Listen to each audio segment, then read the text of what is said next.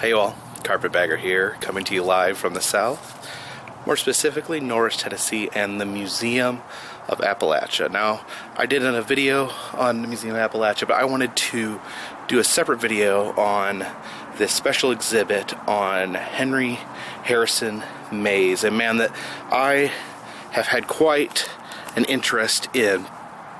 Now, for those of you who may not be familiar, Harrison Mays was a Kentucky coal miner.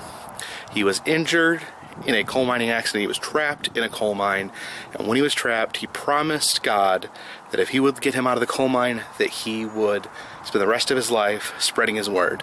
And Harrison was freed from the coal mine, and he kept his word, and he spent the rest of his life making these concrete crosses and hearts that he planted all along the American roadside. And it has been somewhat of a hobby of mine to hunt down signs that Harrison Mays has that are still out there in the wild. There's a fair amount still standing, and I've tried to photograph and document all those that I could find. But here at the Museum of Appalachia, they have the definitive collection of Harrison Mays items. So I want to take a look at this collection. If you look here, when he died, he made these out of concrete. I think he made them out of like scraps left over from the coal mine, and he would travel in his friend's pickup truck and plant them all along the countryside in the South. But actually, when he died, he left instructions on where he wanted the signs to be. See, it says, erect this sign in Germany, 1990 to 1995. So that is not in Germany. Missed its deadline. Prepare to meet God. And then this sign was to be erected in China in the 1990s. And here's his collection of signs that he did not get a chance to plant. As you can see, this sign is actually supposed to be erected on the planet Jupiter. Yes, Harrison Mays wasn't aware that Jupiter is made of gas, and then therefore you cannot plant signs on it. But yeah, he had a fixation with outer space. He wanted to send these signs to outer space to be planted. Yeah, check this out. Red signs on the moon and 9 planets by 2020.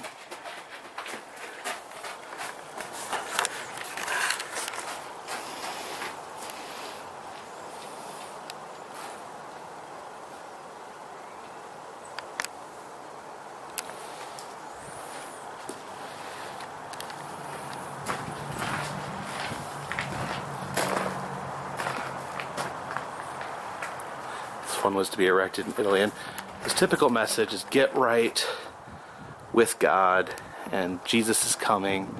Very common messages on his sign. That one says, if you go to hell, it's your fault. Over here, you can look in the back there. There's the mold that he used to make the crosses, and there's a big old tin cross right up there.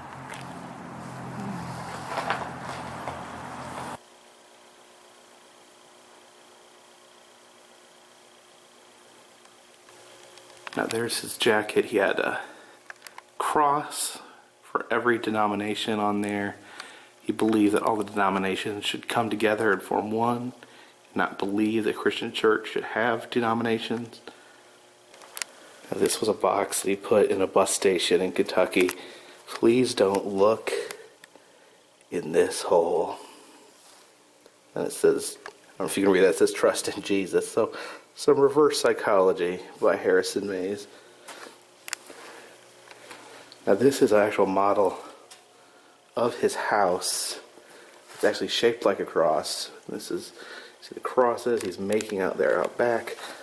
This house is actually still standing. I have been here in Middlesboro, Kentucky.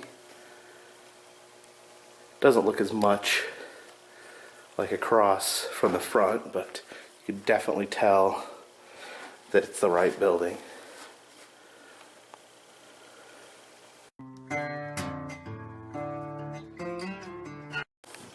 And this used to be covering his front doorknob. I absolutely love this bike. He rode around. He did not have a driver's license. He rode around this bike. It says, "Get right with God." And then this bike is dedicated to outer space. I hope to ride it on the moon and many of the planets, erecting sacred signs. And these maps here, this is where he tracked, where he traveled in the country, where he planted his signs. See, that's where all the places he traveled in the 60s.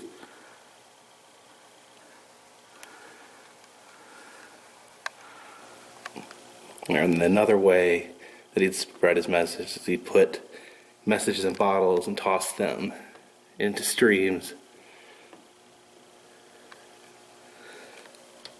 And then here, I guess this is a display he used to show people what he felt was evil. Of course, we got liquor bottles. There's some birth control pills. There's cigarettes, brass knuckles, and then the devil himself.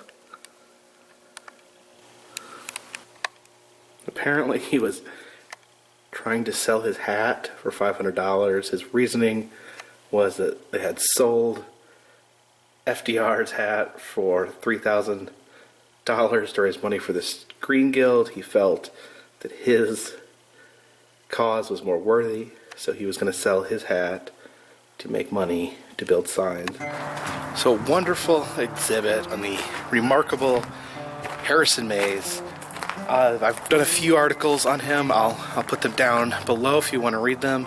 And here, I'll just let you guys check out some of the crosses that he's planted that I have found in the wild. Appreciate you guys watching. www.thecarpetbagger.org.